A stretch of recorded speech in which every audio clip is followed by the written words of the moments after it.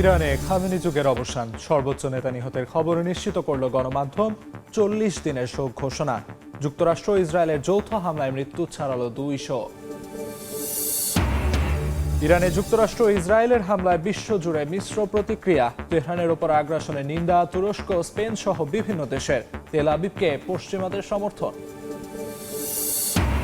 বহু দেশ থেকে মধ্যপ্রাচ্যগামী ফ্লাইট চলাচল স্থগিত, যাত্রীদের ভোগান্তি, প্রবাসীদের নিরাপত্তা নিয়ে গভীর উদ্বেগ বাংলাদেশ সরকারের, সতর্ক করে নির্দেশনা।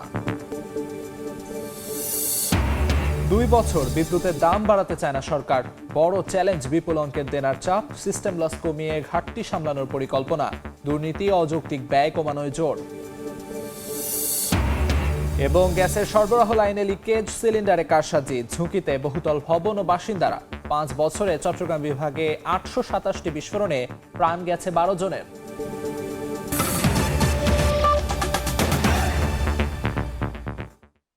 সময় সংবাদের সঙ্গে আছি আমি আমিরুল ইসলাম আলিফ। যুক্তরাষ্ট্র ও ইসরায়েলের যৌথ হামলায় ইরানের সর্বোচ্চ ধর্মীয় নেতা আয়াতুল্লাহ খামেনি নিহত হয়েছেন। দেশটির রাষ্ট্রীয় গণমাধ্যম এ তথ্য নিশ্চিত করেছে। হামলায় খামেনির মেয়ে, জামাতা ও নাতিও নিহত হয়েছেন। এর আগে মার্কিন প্রেসিডেন্ট ডোনাল্ড ট্রাম্প ও ইসরায়েলি প্রধানমন্ত্রী বিনিয়ামিন নেতানিয়াহু খামেনির মৃত্যুর বিষয়টি জানিয়েছিলেন, যদিও তা নাকচ করে দিয়েছিল তেহরান। চলমান পাল্টাপাল্টি হামলায় ইরানে নিহতের সংখ্যা 200 ছাড়িয়েছে। এদিকে মধ্যপ্রাচ্যের বিভিন্ন দেশে মার্কিন সামরিক ঘাঁটিগুলোতে হামলা অব্যাহত রেখেছে ইরান। এভাবেই অঝোর কান্নায় ভেঙে পড়েন ইরানের গণমাধ্যমের সংবাদ উপস্থাপক। যুক্তরাষ্ট্র ইসরায়েলের যৌথ হামলায় ইরানের সর্বোচ্চ ধর্মীয় নেতা আয়াতুল্লাহ আলী খামেনি নিহতের সংবাদ উপস্থাপন করছিলেন তিনি। শনিবার স্থানীয় সময় ভোরে ইরানের বিভিন্ন স্থানে যৌথ হামলা চালায় যুক্তরাষ্ট্র ইসরায়েল। হামলায় ক্ষতিগ্রস্ত হয় সর্বোচ্চ ধর্মীয় নেতার কার্যালয়। আশঙ্কা করা হচ্ছিল হামলায় তিনি নিহত হয়েছেন। রোববার ইরানের রাষ্ট্রীয় গণমাধ্যম খামেনি নিহত হওয়ার বিষয়টি নিশ্চিত করে। হামলায় খামেনির মেয়ে, জামাতা ও নাতিও নিহত হয়েছেন। খামেনির মৃত্যুতে দেশ জুড়ে 40 দিনের রাষ্ট্রীয় শোক ঘোষণা করেছে ইরান।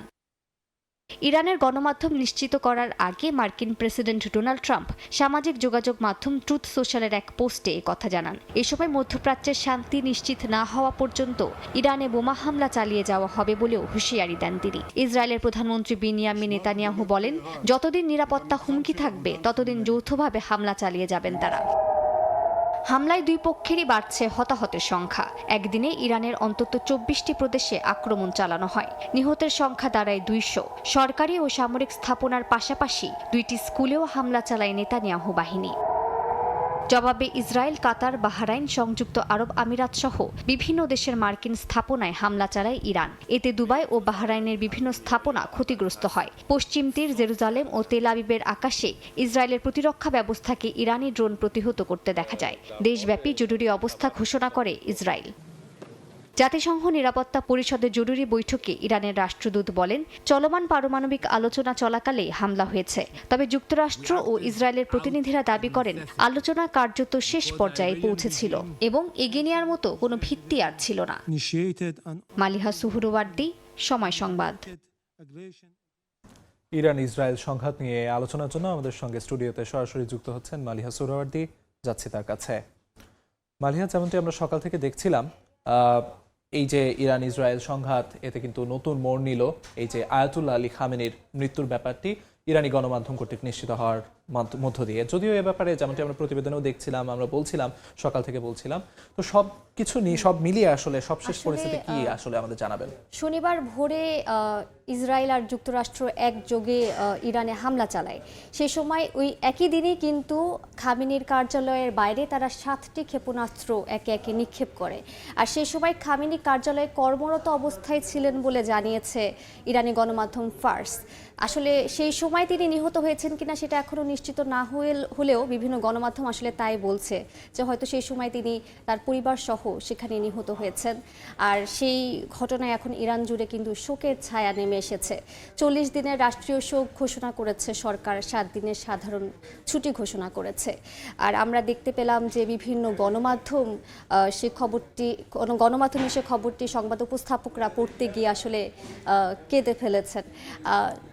যেমন আমরা দেখলাম যে 40 দিনের রাষ্ট্রীয় শোকের বিষয়ে যদি বলি, আয়াতুল্লাহ আলী খামেনি কিন্তু ইরানের সর্বপ্রথম ধর্মীয় সর্বোচ্চ নেতা যিনি শহীদ হলেন। শহীদ এর আগে এরকম কোনো ঘটনা ইরানে আসলে ঘটেনি, তবে অনেক বড় বড় নেতাই ইরানে এর আগে হত্যাকাণ্ডের শিকার হয়েছে।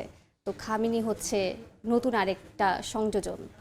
যে এই জায়গায় আপনার কাছে আমি একটু জানতে চাইবো, এই যে আয়াতুল্লাহ আলী খামেনির ওপর যে হামলা, এর পরবর্তীতে আসলে পরবর্তী ধাপগুলো আসলে কি হতে পারে, অর্থাৎ তার স্থলাভিষিক্ত কে হবেন, সেই জায়গাটি ইরান আসলে কোন নেতৃত্ব মেনে নেবে, সেই জায়গাটিতে আসলে কি আসলে এই বিষয়ে একটা 3 সদস্যের কমিটি গঠন করা হবে, যার মধ্যে প্রেসিডেন্ট থাকবে, প্রধান বিচারপতি থাকবে এবং আরেকজন সদস্য থাকবেন। 3 জন মিলে আসলে সিদ্ধান্ত নেবে পরবর্তী শাসন ব্যবস্থায় কে আসবেন।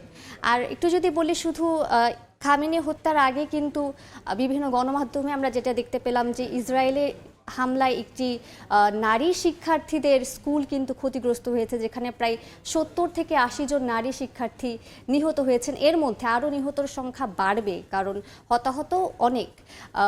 সেই সঙ্গে 2টি স্কুল ক্ষতিগ্রস্ত হয়েছে, সরকারি ও সামরিক স্থাপনা ক্ষতিগ্রস্ত হয়েছে। 24 ঘন্টায় 24টি প্রদেশে ইরান হামলা চালিয়েছে। যদি আমি একটু যোগ করি, আজ সকালেও কিন্তু আয়াতুল্লাহ আলী খামেনির মৃত্যুর পরেও কিন্তু ইসরায়েলের পক্ষ থেকে, যেমনটি আন্তর্জাতিক গণমাধ্যমগুলোতে দেখা যাচ্ছিল, 30টি বিভিন্ন স্থাপনায়, গুরুত্বপূর্ণ স্থাপনাগুলোতে আসলে হামলার খবর পাওয়া গেছে। এবং পাল্টা প্রতিক্রিয়া হিসেবে ইরান আসলে কি পদক্ষেপ নিতে যাচ্ছে? ইরানের আইআরজিসি কিন্তু এর মধ্যে ইতিহাসের সবচেয়ে বিধ্বংসীকারী হামলার ঘোষণা দিয়েছে ইরানের মার্কিন সামরিক ঘাঁটিগুলোতে, মধ্যপ্রাচ্যে অবস্থিত বিভিন্ন মার্কিন সামরিক ঘাঁটিগুলোতে।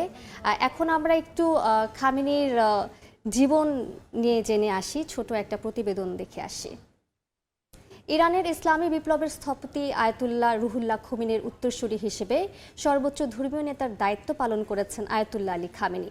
ওয়াশিংটন তেহরান উত্তেজনায় ঢাল হয়ে দাঁড়িয়েছিলেন পশ্চিমা শক্তির বিরুদ্ধে। স্থানীয় সময় শনিবার ইরানে চালানো ইসরায়েল যুক্তরাষ্ট্র যৌথ হামলায় খামেনি যুগের অবসান হয়েছে।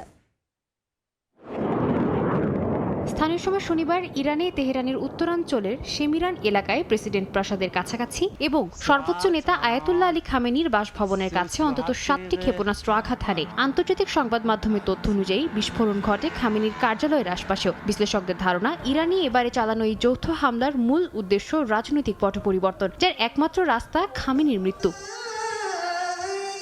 আয়াতুল্লাহ আলী খামেনি 1989 সাল থেকে ইরানের সর্বোচ্চ নেতা। ইসলামী বিপ্লবের স্থপতি আয়াতুল্লাহ রুহুল্লাহ খোমেনির উত্তরসূরি হিসেবে তিনি রাষ্ট্র, সামরিক বাহিনী ও বিচার ব্যবস্থার উপর চূড়ান্ত কর্তৃত্ব ধরে রেখেছেন। তার শক্তির মূল ভিত্তি Islamic revolutionary guard corps, IRGC ও বাসিজ বাহিনীর আনুগত্য।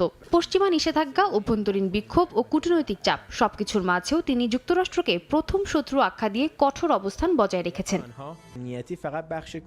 ইসরায়েলি প্রতিরক্ষা মন্ত্রী ইসরায়েল কাটজ প্রকাশ্যে বলেছেন খামেনি থাকতে পারেন না। প্রধানমন্ত্রী বিনিয়ামিন নেতানিয়াহুও ইঙ্গিত দিয়েছেন তাকে হত্যা সংঘাতের ইতি টানতে পারে। অপরদিকে মার্কিন প্রেসিডেন্ট ডোনাল্ড ট্রাম্প আগেও দাবি করেছিলেন খামেনির সহজ লক্ষ্যবস্তু, যদিও তাৎক্ষণিকভাবে হত্যা করা হবে না বলে মন্তব্য করেন তিনি। সাম্প্রতিক হামলার পর ট্রাম্প ইরানের নৌ ও ক্ষেপণাস্ত্র সক্ষমতা ধ্বংস করার অঙ্গীকার পুনর্ব্যক্ত করেছেন এবং ইরানিদের সরকার পরিবর্তনের আহ্বান জানিয়েছেন। আল জাজিরার বিশ্লেষক আলী হাশেমের মতে, ইরানের রাজনৈতিক ব্যক্তিত্বদের লক্ষ্য করে এবার হামলা চালাচ্ছে নেতানিয়াহু ও ট্রাম্প প্রশাসন। সাদিয়া তাসনিম, সময় সংবাদ। আলিফ, ইরানের যে নিরাপত্তার মূল শক্তি আইআরজিসি, সেটাও কিন্তু এই খামেনির হাত ধরেই গড়ে ওঠে। খামেনি আসলে ইরানের যে রাজনীতি বলেন, নিরাপত্তা ব্যবস্থা বলেন, সবকিছুর উপরে খামেনির একটা জোর প্রভাব ছিল বলতে পারি আমরা। আসলে ইরানের যে জাতীয়তাবাদ, সেই জাতীয়তাবাদের এক মহিরুহ ছিলেন আসলে খামেনি। এবং এই যে তার মৃত্যু, এর মৃত্যুতে আসলে যে পাল্টা প্রতিক্রিয়া ইরানের পক্ষ থেকে, সেই পাল্টা প্রতিক্রিয়া সম্পর্কে অনেক হুঁশিয়ারি, হুমকি আমরা শুনতে পাচ্ছি। তো সে ব্যাপারে কি তথ্য আপনার কাছে আছে? আমরা শুরু থেকেই, যখন থেকে ইরান যুক্তরাষ্ট্রের মধ্যে পারমাণবিক কর্মসূচি নিয়ে নানা আলোচনা চলে আসছিল, তখন থেকেই আমরা কিন্তু ইরানের পক্ষ থেকে নানা ধরনের হুঁশিয়ারি শুনেছি যে সর্বোচ্চ নেতার উপর কোনো ধরনের আঘাত আসলে তারা কিন্তু ছেড়ে কথা বলবে না। এবার হয়তো আইআরজিসি এর মধ্যে ঘোষণাও দিয়ে দিয়েছে তারা হামলার প্রস্তুতি নিয়ে নিয়েছে। ইতিহাসের সবচেয়ে প্রলয়ঙ্কারী সামরিক অভিযান চালানোর ঘোষণা দিয়েছে তারা। হয়তো আমরা এর মধ্যে হামলার ঘটনা দেখতে পারবো। এর মধ্যে হয়েছে যেমন দুবাই ও বাহরাইনে ক্ষতি হয়েছে। দুবাইয়ের একটি বিমানবন্দর ক্ষতিগ্রস্ত হয়েছে, যেখানে 4 জন আহত হয়েছে। আর ইসরায়েলের আকাশ ব্যবস্থায় জরুরি অবস্থা ঘোষণা করা হয়েছে। দেখুন, এই যে খামেনির দীর্ঘ 50 বছরের প্রায় 50 বছরের কাছাকাছি একটি সময় ধরে তিনি শাসন করে গেলেন।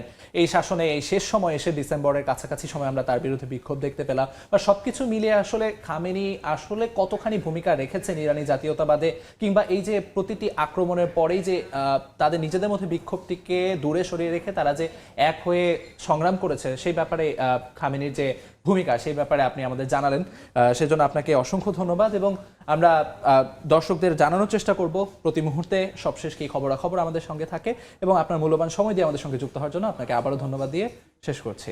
ধন্যবাদ আলিফ।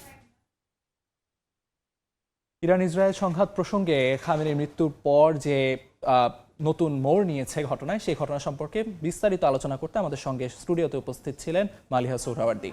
চলে যাচ্ছে অন্যান্য সংবাদে। ইরানে ইসরায়েল ও যুক্তরাষ্ট্রের হামলার নিন্দা জানিয়ে দেশটির সরকারের পক্ষে বিক্ষোভে নেমেছে তেহরানের সাধারণ মানুষ। ইরানের পতাকা ও বিভিন্ন প্ল্যাকার্ড হাতে ইসরায়েলের বিরুদ্ধে স্লোগান দিতে দেখা যায় বিক্ষোভকারীদের। অন্যদিকে খামেনি প্রশাসনের বিরুদ্ধে বিক্ষোভে নেমেছেন যুক্তরাজ্য ও জার্মানিতে বসবাসকারী কয়েকশো ইরানি নাগরিক।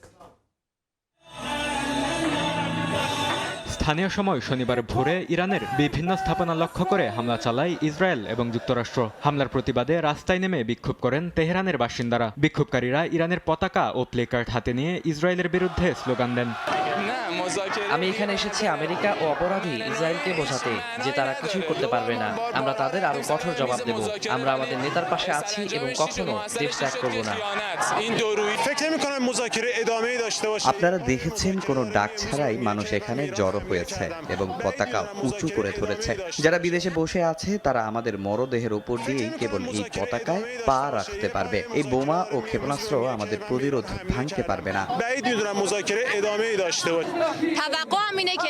আলোচনা এখন আর কোনো অর্থ বহন করে না। আমরা দুবার আলোচনা টেবিলে বসেছি, আর শেষ ফল হয়েছে বিশ্বাসঘাতকতা ও ভণ্ডামি। সবই ছিল মিথ্যা।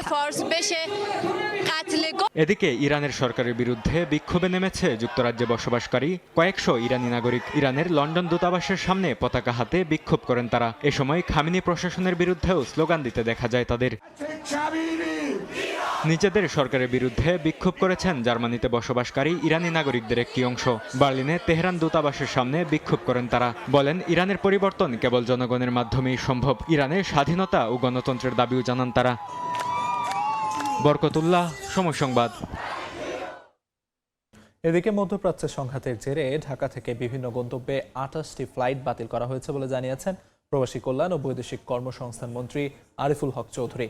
শাহজালাল আন্তর্জাতিক বিমানবন্দরে তিনি জানান, এরই মধ্যে ফ্লাইট বাতিল হওয়া 850 যাত্রী থাকার ব্যবস্থা করা হয়েছে। আর প্রবাসীদের সতর্ক করে নানা নির্দেশনা দিয়েছে দূতাবাস। ইরানের সঙ্গে ইসরায়েল যুক্তরাষ্ট্রের সংঘাতে উত্তপ্ত মধ্যপ্রাচ্য। নিরাপত্তাজনিত কারণে আকাশসীমা বন্ধ করেছে সৌদি আরব, কাতার, বাহরাইন সহ পারস্য উপসাগরীয় অঞ্চলের বেশিরভাগ দেশ। বাতিল হয়েছে শত শত ফ্লাইট। বাংলাদেশ থেকেও মধ্যপ্রাচ্যগামী সব ফ্লাইট স্থগিত করে এয়ারলাইন্সগুলো। এতে ভোগান্তিতে পড়েন বিমানবন্দরে আসা অনেক যাত্রী। আমার ফ্লাইট ছিল 5:10-এ, এখন বলে এই বিমান ক্যান্সেল হয়ে গেছে। যুদ্ধ হচ্ছে, এই কারণে মনে করেন আমার ফ্লাইট বাতিল হয়েছে। এজেন্ট থেকে বলছে যে তুমি অপেক্ষা করো। এটা যতদিন পরিস্থিতি শান্তিতে না আছে তারা কোনো কিছু জানাচ্ছে না। আমরা আগে কোম্পানি যদি আমার রিসিভ করে নেয় তাহলে হয়তো আমার কভার হতে ভালো হবে। আমাদের পক্ষে কিছু করা সম্ভব না। আমাদের ঢাকা টার্মিনাল থেকে এটা বলছে, ওই জায়গা থেকে এখনো কিছু বলে নাই। তাদের কল করতেছে, এখন রিসিভ করতেছে না। সে বলছে ওকে আছে সবকিছু, কিন্তু আমি এসে দেখতেছি বন্ধ আছে। এ অবস্থায় বিমানবন্দরে আসার আগে যাত্রীদের 13636 হটলাইন নম্বরে যোগাযোগ করার পরামর্শ দিয়েছে বিমান বাংলাদেশ এয়ারলাইন্স। আমাদের যে মিডিয়াম ফ্লাইট গুলোকে হোল্ড করে রাখতে বলা হয়েছে। 13636 এই নাম্বারে যোগাযোগ করে তারা যেন এয়ারপোর্টে আসে, মানে আমরা না বলা পর্যন্ত যাত্রীরা যেন এয়ারপোর্টে না আসেন। স্থগিত হওয়া ফ্লাইটের যাত্রীদের বিষয়ে পরিস্থিতি অনুযায়ী ব্যবস্থা নেওয়ার কথাও জানিয়েছেন বিমান পরিবহন সংস্থাগুলো।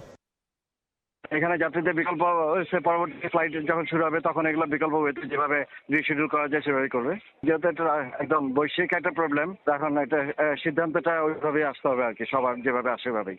মধ্যপ্রাচ্যের সংঘাতময় পরিস্থিতিতে সংযুক্ত আরব আমিরাতে বসবাসরত প্রবাসী বাংলাদেশিদের খুব প্রয়োজন ছাড়া তাদের ঘর থেকে বের না হওয়ার পরামর্শ দিয়েছেন দেশটিতে নিযুক্ত বাংলাদেশের রাষ্ট্রদূত।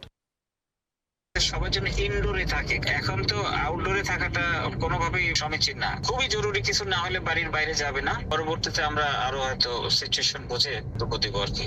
এদিকে সংঘাতের জেরে ঢাকা থেকে বিভিন্ন গন্তব্যে 28টি ফ্লাইট বাতিল করা হয়েছে বলে জানিয়েছেন প্রবাসী কল্যাণ ও বৈদেশিক কর্মসংস্থান মন্ত্রী আরিফুল হক চৌধুরী। বলেন, ফ্লাইট বাতিল হওয়া 850 যাত্রীর থাকার ব্যবস্থা করেছে সরকার। যেসব ফ্লাইটে প্যাসেঞ্জার ক্যান্সেল হওয়াতে যারা আছে তাদেরকে আমরা অ্যাকোমোডেশন করেছি এবং স্টিল এখন পর্যন্ত আমরা যারাই ফ্লাইট ক্যান্সেল তাদেরকে আমরা তাদের থাকা খাওয়ার ব্যবস্থা এবং গন্তব্যস্থলে পৌঁছে দেওয়ারও আমরা সব ব্যবস্থা নিয়েছি। ফরেন মিনিস্ট্রি সহ আমরা সব অ্যালার্ট আছি, যোগাযোগ অব্যাহত রয়েছে।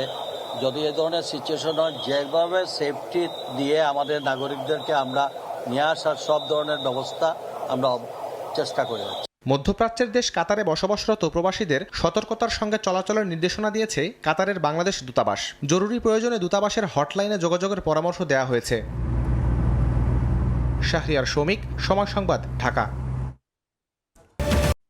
আপাতত আগামী 2 বছর বিদ্যুতের দাম বাড়াতে চায় না সরকার, তবে বড় চ্যালেঞ্জ হয়ে দাঁড়িয়েছে বিপুল অঙ্কের দেনার চাপ। যদিও সিস্টেমের লস কমিয়ে ঘাটতি সামলানোর পরিকল্পনা করছেন বিদ্যুৎ ও জ্বালানি মন্ত্রী। পাশাপাশি ক্যাপাসিটি চার্জের চাপ কমাতে বেসরকারি বিদ্যুৎ কেন্দ্রের সঙ্গে সমঝোতার কথা ভাবা হচ্ছে। বিশেষজ্ঞরা বলছেন, দুর্নীতি, লুণ্ঠনমূলক ব্যয় রোধ, সাশ্রয়ী জ্বালানি ব্যবহারের মাধ্যমে বিদ্যুৎ খাতের আর্থিক চাপ কমানো সম্ভব। ফারুক ভূঁইয়া রবিনের রিপোর্ট।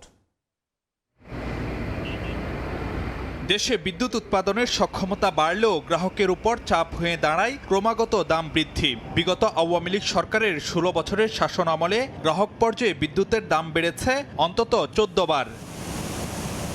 তবু থেমে নেই এ খাতে দেনার চাপ। ফলে বিদ্যুৎ খাতে লোকসান ছাড়িয়েছে বছরে 50,000 কোটি টাকা, যা মেটাতে সরকারকে দিতে হচ্ছে বড় অঙ্কের ভর্তুকি। বিপরীতে এ ভর্তুকি কমাতে চাপ আছে আন্তর্জাতিক মুদ্রা তহবিল IMF এর পক্ষ থেকে। নানামুখী এমন সব চ্যালেঞ্জের মধ্যেও আগামী 2 বছর গ্রাহক পর্যায়ে বিদ্যুতের দাম না বাড়ানোর পক্ষে নতুন সরকার। সেক্ষেত্রে সিস্টেম লস বা পদ্ধতিগত লোকসান কমানোর উপর জোর দেওয়া হচ্ছে, কিন্তু তাতে ঘাটতি কতটা পূরণ করা যাবে তা নিয়ে সংশয় রয়েছে। সিস্টেম লস আমি মনে করি তাতে সর্বোচ্চ 5,000 কোটি টাকা কমানো যেতে পারে, কিন্তু এটা এই বছর হয়তো 55,000 কোটি টাকা যাবে। তাহলে ওই 5,000 কমালেও কিন্তু 50,000 কোটি টাকা রয়ে যায়। 50,000 কোটি টাকার চাপ ইকোনমির জন্য সাংঘাতিক। সেক্ষেত্রে দুর্নীতি, লুণ্ঠনমূলক অযৌক্তিক ব্যয় রোধের ওপর জোর দিচ্ছেন বিশেষজ্ঞরা। পাশাপাশি বিদ্যুৎ উৎপাদনে ব্যয়বহুল তেলভিত্তিক কেন্দ্রের উপর নির্ভরতা কমিয়ে তুলনামূলক সাশ্রয়ী জ্বালানি, গ্যাস, কয়লা ব্যবহারে অগ্রাধিকার দেওয়ার পরামর্শ দিচ্ছেন তারা। তারা বেশি বেশি পয়সা নিয়ে যাচ্ছে, নানাভাবে চুক্তি করেছে, নানা কৌশলে নিচ্ছে, সেই সব কৌশলে তো 1000টা কৌশল বানায় ফেলেছে। সেই সব কৌশলগুলোর উপরে কৌশলগুলোতে ইন্টারভেন করতে হবে। তরল জ্বালানি যে 7,000-8,000 মেগাওয়াট আছে, এগুলো বন্ধ করে দিতে হবে। দিলে 20-22,000 কোটি টাকা বছরে সেভ হবে। কয়লা বিদ্যুৎ উৎপাদন ক্ষমতা আছে 7,000 মেগাওয়াটের উপরে, তার উৎপাদন ক্ষমতা ব্যবহার হচ্ছে মাত্র 45%, যেটা 90% ব্যবহার হওয়ার কথা। বিদ্যুৎ খাতে ব্যয় বাড়ার আরেক বড় কারণ বিপুল অঙ্কের ক্যাপাসিটি চার্জ, যা গত বছর 40,000 কোটি টাকা ছাড়িয়েছে। আর সে চাপ কমাতে বিদ্যুৎ উৎপাদনকারী বেসরকারি প্রতিষ্ঠানগুলোর সঙ্গে সমঝোতায় যাওয়ার পরিকল্পনা নীতি নির্ধারকদের। আমরা চেষ্টা করতেছি যাতে একটা উইন উইন সিচুয়েশনের মধ্যে নিয়ে আসতে পারি। যেসব পাওয়ার স্টেশনগুলো দিয়ে গেছে, এগ্রিমেন্ট করে গেছে, এগুলোর সাথে নেগোশিয়েট করতে হবে। নেগোশিয়েট করে একটা জায়গায় নিয়ে আসতে হবে আমাকে, যেটা নিয়ে এসে যেটা জনগণও লাভবান হয়, যারা দিচ্ছে তারা লাভবান হয়। বিদ্যুৎ উৎপাদন ব্যয় কমাতে নজরদারি ও নিয়ন্ত্রক সংস্থাকে শক্তিশালী করার পরামর্শ দিচ্ছেন বিশেষজ্ঞরা। বিদ্যুৎ খাতে ক্রমেই বাড়ছে দায় দেনা, আর্থিক চাপ, যার বোঝা চাপছে সাধারণ গ্রাহকের উপর। যদিও বাড়তি দামের দায় নিতে নারাজ ভোক্তারা। এক্ষেত্রে অযৌক্তিক ব্যয় কমানো সহ সাশ্রয়ী নীতিতে হাঁটার পরামর্শ দিচ্ছেন বিশেষজ্ঞরা। ফারুক ভূঁইয়া, রবিন, সময় সংবাদ, ঢাকা। সচিবালয়ে একগুচ্ছ কর্মসূচিতে ব্যস্ত প্রধানমন্ত্রী তারেক রহমান। সকালে দুর্যোগ ব্যবস্থাপনা ও ত্রাণ মন্ত্রীর সঙ্গে এবং পরে পররাষ্ট্রমন্ত্রী ও উপদেষ্টার সঙ্গে বৈঠক করবেন তিনি। এই মুহূর্তে সচিবালয়ে আছেন সহকর্মী প্রসূন আশিস। বিস্তারিত জানতে সরাসরি যাচ্ছি তার কাছে। দেখুন, অন্য দিনের মতো আজও যথাসময়েই সচিবালয়ে প্রবেশ করেছেন প্রধানমন্ত্রী তারেক রহমান। মূলত আমরা যেটি দেখেছি যে 9:20-এর দিকে তিনি মন্ত্রিপরিষদ বিভাগে প্রবেশ করেছেন। তো সরকার গঠনের পর থেকে আমরা দেখছি যে প্রতিদিনই ব্যস্ত সময় কাটাচ্ছেন, অনেক প্রোগ্রাম থাকে। আজও নির্ধারিত 2টি প্রোগ্রাম রয়েছে আমরা জেনেছি। অর্থাৎ সকালেই এরই মধ্যে শুরু হয়ে গেছে দুর্যোগ মন্ত্রণালয়ের সঙ্গে একটি বৈঠক, এবং এর পরপরই রয়েছে পররাষ্ট্র মন্ত্রণালয়ের সঙ্গে। অর্থাৎ আমরা সরকার গঠনের পরে দেখেছি মন্ত্রিসভার বৈঠক কিংবা ফ্যামিলি কার্ড নিয়ে যে বৈঠকগুলো, ইস্যু ভিত্তিক যে বৈঠক, সেই বৈঠকের পাশাপাশি প্রধানমন্ত্রী মূলত বিভিন্ন দপ্তরের সঙ্গে বিভিন্ন মন্ত্রণালয়ের যারা মন্ত্রী প্রতিমন্ত্রী রয়েছেন তাদের সঙ্গে বৈঠক করছেন। তো স্বাভাবিকভাবে আজকে দুর্যোগ ব্যবস্থাপনা এবং ত্রাণ মন্ত্রণালয়ের মন্ত্রী প্রতিমন্ত্রী এবং সচিবের সঙ্গে একটি বৈঠক ডেকেছেন। অর্থাৎ সেখানে স্বাভাবিকভাবেই কিন্তু সামাজিক কর্মসূচি পরিচালনা করেন দুর্যোগ মন্ত্রণালয়, যে কারণে সামাজিক কর্মসূচিগুলো রয়েছে সেগুলো টিআর কাবিখা জিআরের যে প্রকল্পগুলো সেগুলো নিয়ে আলোচনা হবে, আমরা সেটি এরই মধ্যে জেনেছি, এবং অবকাঠামোগত যে নির্মাণ সেই আলোচনাগুলো সেখানে হবে। এর পরপরই পররাষ্ট্রমন্ত্রী এবং পররাষ্ট্র বিষয়ক উপদেষ্টার সঙ্গে বৈঠক রয়েছে। স্বাভাবিকভাবেই আমরা সবাই জানি যে যুক্তরাষ্ট্র এবং ইসরায়েলের যে যৌথ হামলা ইরানের উপরে, সেই হামলার প্রেক্ষিতে কিন্তু সারা পৃথিবী জুড়ে একটি প্রভাব পড়েছে, বাংলাদেশও তার বাইরে নয়। এরই মধ্যে মধ্যপ্রাচ্যগামী যে ফ্লাইটগুলো সেগুলো বাতিল করা হয়েছে, যে কারণে এই যে হামলা, সেই হামলা নিয়েও একটি আলোচনা হবে সেটি আমরা স্বাভাবিকভাবেই ধারণা করতে পারি। তো এই আলোচনাগুলো হওয়ার পরে আমরা যে তথ্যগুলো পাবো সেগুলো আমরা জানিয়ে দিতে পারবো। এই ছিল সচিবালয় থেকে সবশেষ তথ্য। সচিবালয় থেকে সবশেষ খবরাখবর জানাচ্ছিলেন সহকর্মী প্রসূন আশিস। দেখছেন সময় সংবাদ, সঙ্গেই থাকুন। ত্রুটিপূর্ণ সরবরাহ লাইনে লিকেজের পাশাপাশি সিলিন্ডার গ্যাসে কারসাজি, ফলাফল বিস্ফোরণ ও আগুনের ঘটনা বাড়তে থাকায় চরম ঝুঁকিতে পড়ছে বহুতল ভবন ও তার বাসিন্দারা। গত 5 বছরে চট্টগ্রাম বিভাগে গ্যাস লাইন লিকেজ এবং সিলিন্ডার বিস্ফোরণে 827টি আগুনের ঘটনা রেকর্ড করেছে ফায়ার সার্ভিস। প্রাণ গেছে 12 জনের, আহত অন্তত 70 জন। এমন পরিস্থিতিতে আগাম সতর্কতামূলক সেন্সর বসানোর পরামর্শ বিশেষজ্ঞদের। সাক্ষাৎপুর ক্যামেরায় বিস্তারিত জানাচ্ছেন কমল দে। মাত্র কয়েক সেকেন্ডের বিস্ফোরণ, তার সঙ্গে কয়েক মিনিটের ভয়ঙ্কর আগুন, আর তাতে লণ্ডভণ্ড পুরো একটি পরিবার। চট্টগ্রাম নগরীর হালি শহরে গ্যাস লাইনের লিকেজ থেকে বিস্ফোরণের ঘটনায় এখন পর্যন্ত মৃতের সংখ্যা 6 আর গুরুতর দগ্ধ 3 জন। ফায়ার সার্ভিসের তথ্য অনুযায়ী বিগত 2021 সাল থেকে 5 বছরে 827টি এ ধরনের গ্যাস লাইন লিকেজ এবং সিলিন্ডার বিস্ফোরণের ঘটনায় 12 জন নিহত ও 55 জন দগ্ধ হয়েছে। চলতি বছরে মাত্র 2টি ঘটনায় 24 জন হতাহত হয়। এর বাইরে 2025 সালের রেকর্ড 265টি বিস্ফোরণ ও আগুনের ঘটনা ঘটে। গ্যাস সিলিন্ডার এবং গ্যাস লাইনের আগুন 826টা পেয়েছি, এর মধ্যে 51 জন আহত হয়েছে এবং 11 জন নিহত হয়েছে। এইসব কারণগুলো আমরা উদ্ঘাটন করতে গিয়ে দেখতেছি, বিশেষ করে গ্যাস সিলিন্ডারগুলো অনিয়মের কারণে যে ত্রুটিগুলো থাকে সেই লিকেজ থেকে অনেক সময় দুর্ঘটনা ঘটে। জনবসতিপূর্ণ ঘিঞ্জি এলাকা হিসেবে পরিচিত নগরীর চন্দনপুরা, দেওয়ানবাজার, আগ্রাবাদ, কালুরঘাট, ইপিজেড জেলার সীতাকুণ্ড, কুমিরা এবং কক্সবাজার সদর ও উখিয়া এলাকায় গ্যাস সিলিন্ডার থেকে আগুন তুলনামূলক বেশি ছড়িয়েছে। চট্টগ্রামে 1,46,000 গ্যাস সংযোগের মধ্যে বিদ্যুৎ কেন্দ্র, সার কারখানা, চা বাগান যেমন রয়েছে, ঠিক তেমনি গৃহস্থলী সংযোগ রয়েছে 1,42,523টি।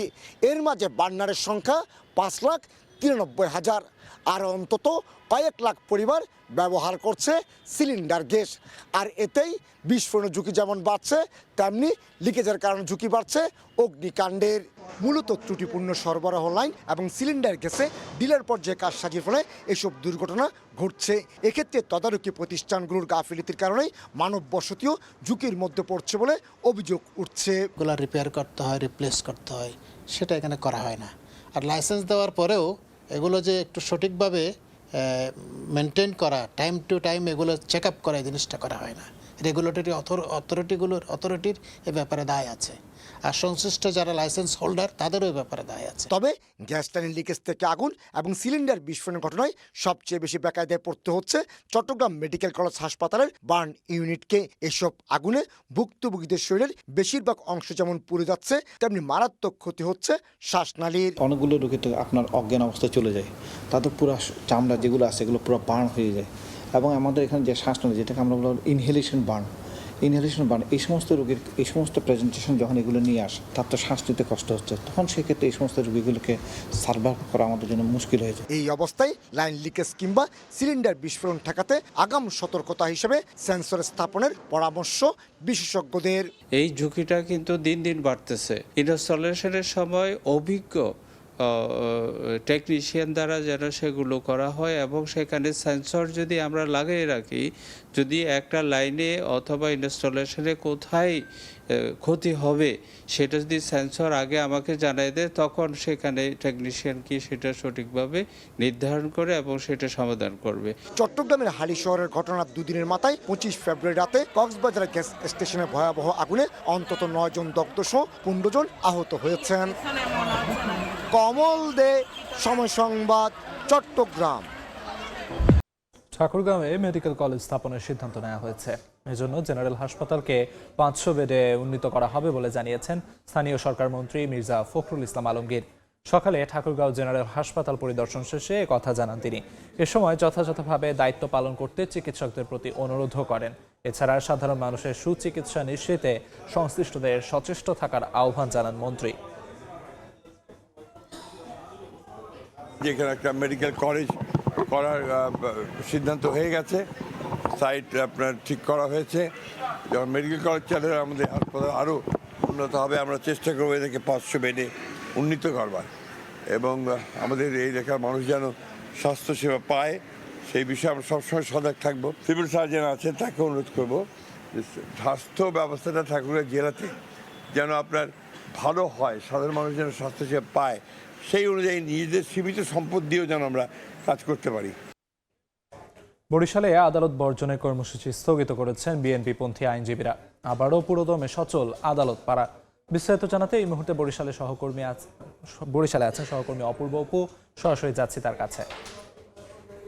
পাড়ায় বিচারিক কার্যক্রম আজকে থেকে পুরোদমে সচল হয়েছে। গত 3 দিন এখানে অচল অবস্থা তৈরি হয়েছিল।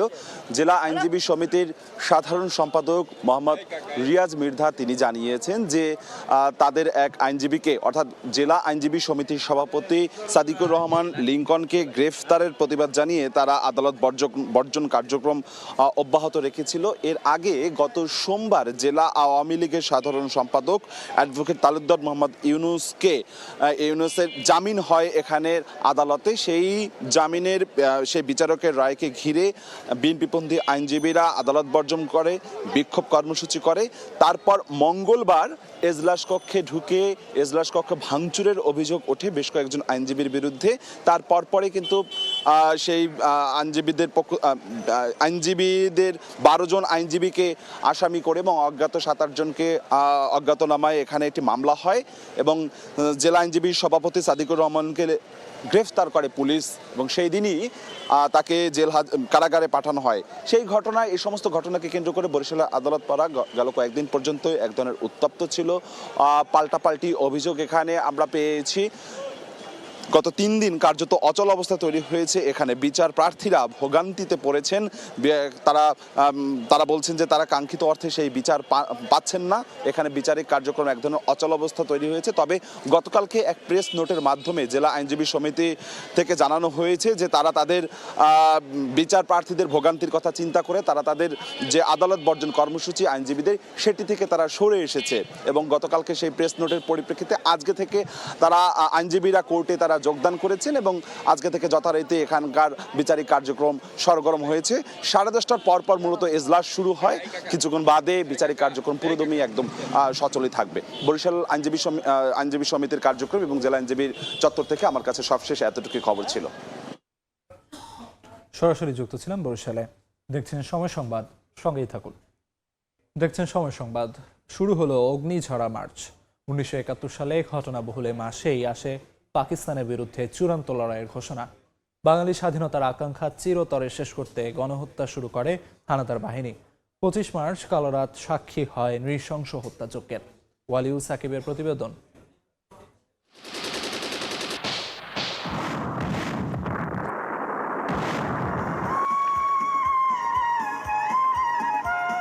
1971 সালের 16 ডিসেম্বর যে দাবানলে পাকিস্তানকে পুড়িয়ে ছাই করে জন্ম হয়েছিল বাংলাদেশের, তার স্ফুলিঙ্গ জ্বলে উঠেছিল মার্চ মাসেই। 1971 সালের 1 মার্চ তৎকালীন পাকিস্তানের প্রেসিডেন্ট ইয়াহিয়া খান 3 মার্চ অনুষ্ঠিতব্য গণপরিষদ অধিবেশন স্থগিত ঘোষণা করেন। এরপরই বিক্ষোভে ফেটে পড়ে ঢাকা। প্রতিবাদে 2 ও 3 মার্চ পালিত হয় হরতাল। 7 মার্চ তৎকালীন রেসকোর্স ময়দানে জাতির উদ্দেশ্যে ভাষণ দেন শেখ মুজিবুর রহমান, যাতে আসে চূড়ান্ত লড়াইয়ের আহ্বান। তবে বাঙালিদের স্বাধীনতার আকাঙ্ক্ষা দমনে 25শে মার্চ রাতে ভয়াবহ এক হত্যাযজ্ঞে মেতে ওঠে পাকিস্তানি হানাদাররা। ইয়াহিয়া খানের নির্দেশে দেশজুড়ে একযোগে চালানো হয় নিরস্ত্র নিরপরাধ বাঙালি নিধনের অভিযান। পরে চট্টগ্রামের কালুরঘাট বেতার কেন্দ্র থেকে স্বাধীনতার ঘোষণা দেন মেজর জিয়াউর রহমান, যাতে পাক হানাদারদের রুখে দাঁড়ানোর প্রেরণা পায় বাঙালি।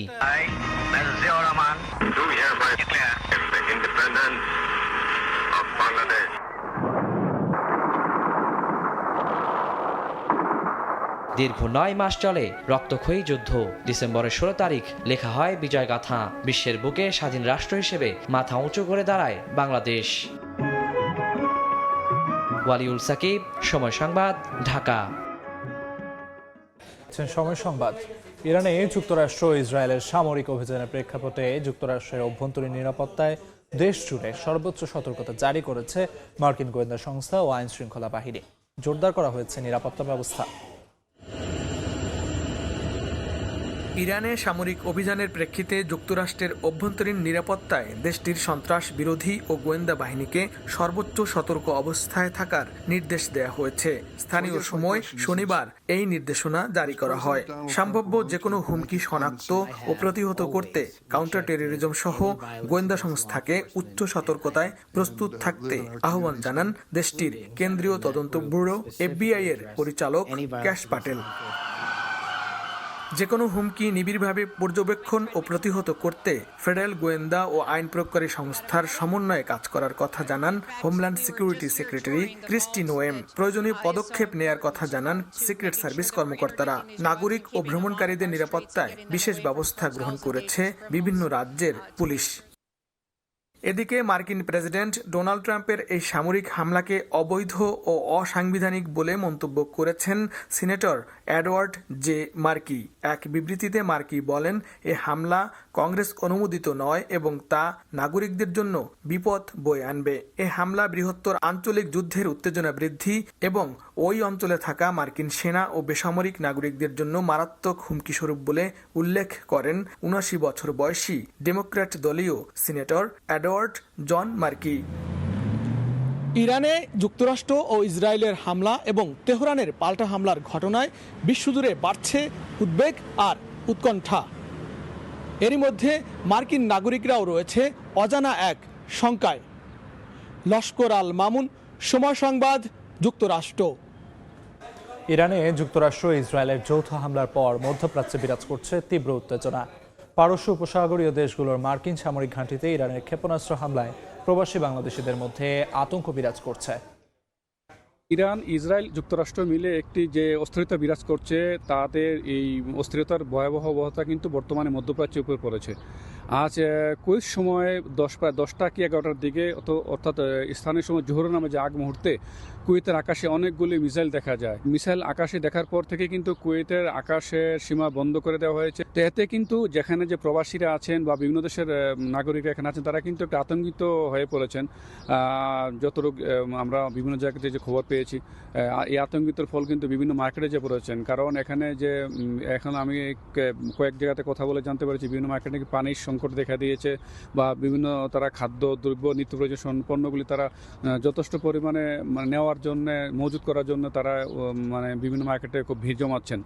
তবে কুয়েত সরকার সবাইকে আতঙ্কিত না হওয়ার জন্য বলেছেন এবং কুয়েতে গ্যাস, বিদ্যুৎ সব ধরনের সব খাদ্য পর্যাপ্ত পরিমাণে মজুদ আছে, তারা কাউকে মজুত করতে না করেছেন।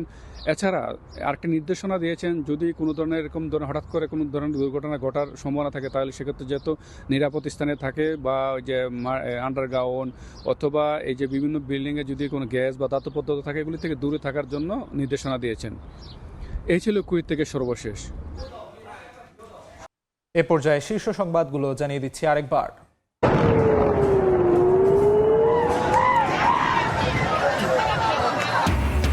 ইরানে মার্কিন হামলায় খামেনির মৃত্যু, সর্বোচ্চ নেতা নিহতের খবর নিশ্চিত করল গণমাধ্যম। 40 দিনের শোক ঘোষণা। যুক্তরাষ্ট্র ও ইসরায়েলের যৌথ হামলায় মৃত্যু ছাড়ালো 200।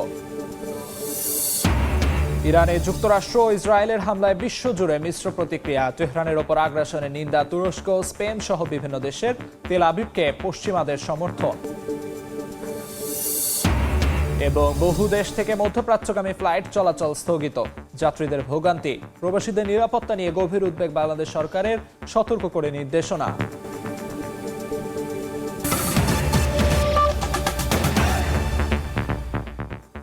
এই ছিল সকাল 10টার সময় সংবাদে। এরপর দেখবেন এ সময়ের বাণিজ্য, সঙ্গে থাকবেন এস এম ফরহাদ। ধন্যবাদ আলিফ। এ সময়ের বাণিজ্য নিয়ে আসছি কিছুক্ষণ পর, সঙ্গে থাকুন সময়ের।